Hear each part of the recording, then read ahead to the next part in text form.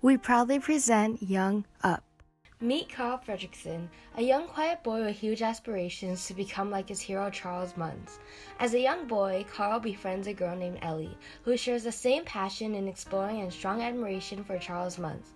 Ellie is overpowered by her animus because of her tomboyish attitude and boisterous demeanor. However, after meeting Carl, Ellie becomes more imbalanced with her anima. This is seen when she starts wearing dresses, grows a desire to bear children, and displays more gentleness as she nurtures Carl. Speaking of a child, Ellie perfectly represents the adventurer archetype. In her lifetime, Ellie wished to fulfill her dream of traveling to Paradise Falls, in which she turns her focus to after she realizes that she is incapable of having a child with Carl. Following Charles Muntz's footsteps, she craves for an adventure similar to his. During Ellie's adventure with Carl, she renovates what used to be the abandoned house and turns it into a new home remodeled with color. Unfortunately, Ellie soon passes away from an illness. After this, the house becomes the only memory of Ellie. From this, Carl exerts a grumpy old man persona which masks his ego and results in an imbalance in his collective unconscious. This house is what brings out Carl's neurosis, obsessive-compulsive disorder, or OCD. Carl becomes incapable of moving on after Ellie's death, and he obsesses over keeping the house the same way as it was when Ellie was alive while the rest of the city develops around him. In addition, Carl was encouraged to move to a retirement home, which symbolized a chance to move on with his life, but he refuses to leave because he is still stricken with grief. Carl soon remembers the promise he made to Ellie about traveling to Paradise Falls together, and he makes it his duty to fulfill this promise by turning his house into a makeshift aircraft made of thousands of balloons. The balloons express that Carl is in a great sense of mirth because they symbolize how he is following his hopes and dreams. He experiences his unconscious when he decides to use balloons so that he can begin his spiritual journey. In a sense, Carl is taking Ellie with him to experience what she couldn't during her lifetime. Within an instant, we encounter Russell, an outgoing spirited boy who is trying to become a greater wilderness explorer. He portrays the innocent child archetype because he is young, childish, and he only views others in a positive perspective. Upon entering a dangerous storm on the way to Paradise Falls, Carl becomes obsessed with making sure that no valuables were destroyed, even though he should have focused on navigating through the winds. The storm itself symbolizes Carl's clouded mind as it is filled with thoughts of Ellie and the imbalance of his collective unconscious. Carl begins undergoing a neurosis, and as a result, he grows unusually devastated by the damages dealt to the house. While trekking their way towards the waterfall through the jungle, Russell and Carl meet a bird who Russell names Kevin. However, it turns out that Kevin is actually a mythical bird creature known as the snipe. The main focus of Kevin is his relation to the term snipe hunt.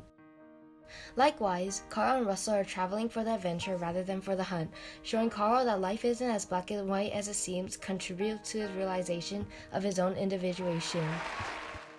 Meeting Kevin is only a part of the journey for him to reach individuation, and since Kevin is supposed to be a mythical creature, this can be seen as the dream portion of his spiritual journey. He must understand Kevin and the message that she is trying to tell Carl in order to become individualized. There's a conflict between the balance of anima and animus in Kevin.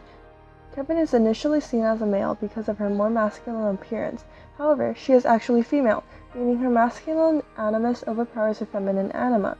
This is why Russell and Carl mistake her as a male, and as a result give her the name Kevin. This is where we meet a dog named Doug. He is a dog's true self, or the archetypical dog. Doug wears the same collar and has the same master as the dogs that appear prior in the movie, but his persona is unlike those dogs. He is laid back and acts in a friendly and lovable way that is comparable to the ideal man's best friend. When Doug first meets Russell, he demonstrates dog-like qualities by going up to Russell and by giving his paw to him and getting distracted by smaller animals such as squirrel. Compared to Doug, the three dogs, Alpha, Beta, and Gamma, seen prior in the film portray Doug's shadow.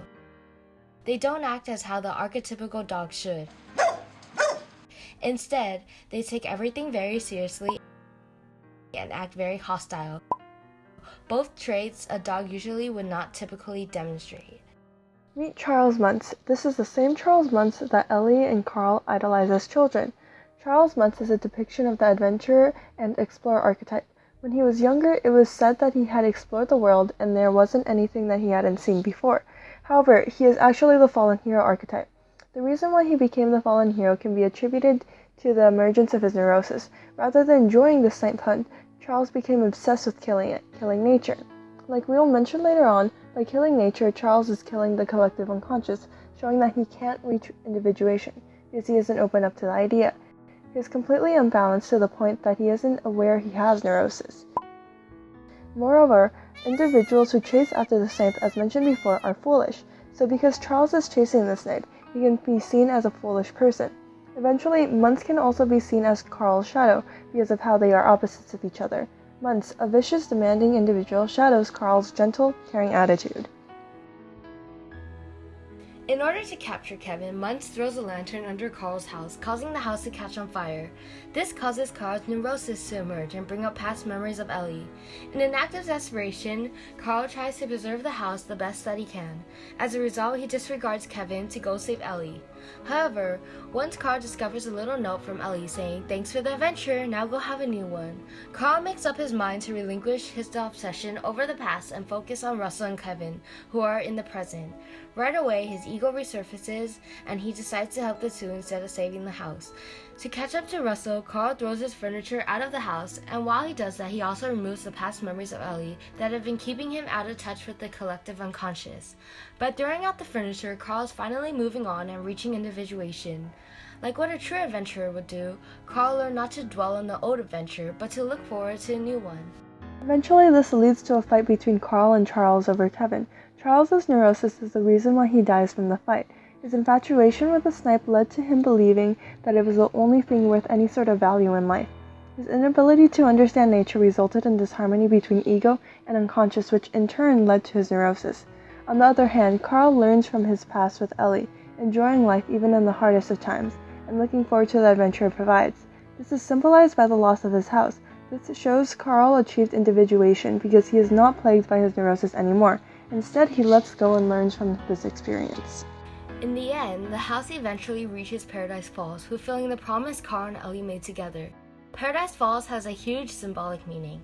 It is called Tipu, which means House of Gods, saying that no mortal should be able to reach it. This is fitting because only the house is able to reach the waterfall. Water is also a symbol of balance and harmony. The entire adventure that Carl and Russell were on was to reach Paradise Falls, which can be seen as trying to reach harmony and balance. This is only possible if one were to confront the collective unconscious. Paradise Falls is also the collective unconscious, where the characters try to discover themselves. This applies to both the waterfall and the jungle, because this is where all of the characters meet on their journey. At the end of the movie, Russell is seen going up to get his Wilderness Explorer badge. The pin that Carl gives is not the actual Wilderness Explorer pin. Instead, it is Ellie's pin, a bottle cap reminiscent of Carl and Ellie's childhood. This pin is an object archetype because it symbolizes both Ellie and her legacy of finding a new adventure. Throughout the movie, both characters, Carl and Russell, have discovered a new adventure, one which they found in each other. Carl giving Russell this pin shows that he is willing to go on another adventure with Russell and excited to move on with the rest of his life. Carl's entire journey in this movie can be seen as Jung's idea for the spiritual journey that one needs to go through to reach individuation. He faces his neurosis, his obsession with Ellie, and matures from it throughout the journey. He explores the collective unconsciousness and faces his shadow to understand his meaning in life after Ellie's death, eventually reaching individuation. Carl fulfills his promise to Ellie by reaching Paradise Falls, but along the way, he also discovers a new adventure made with Russell.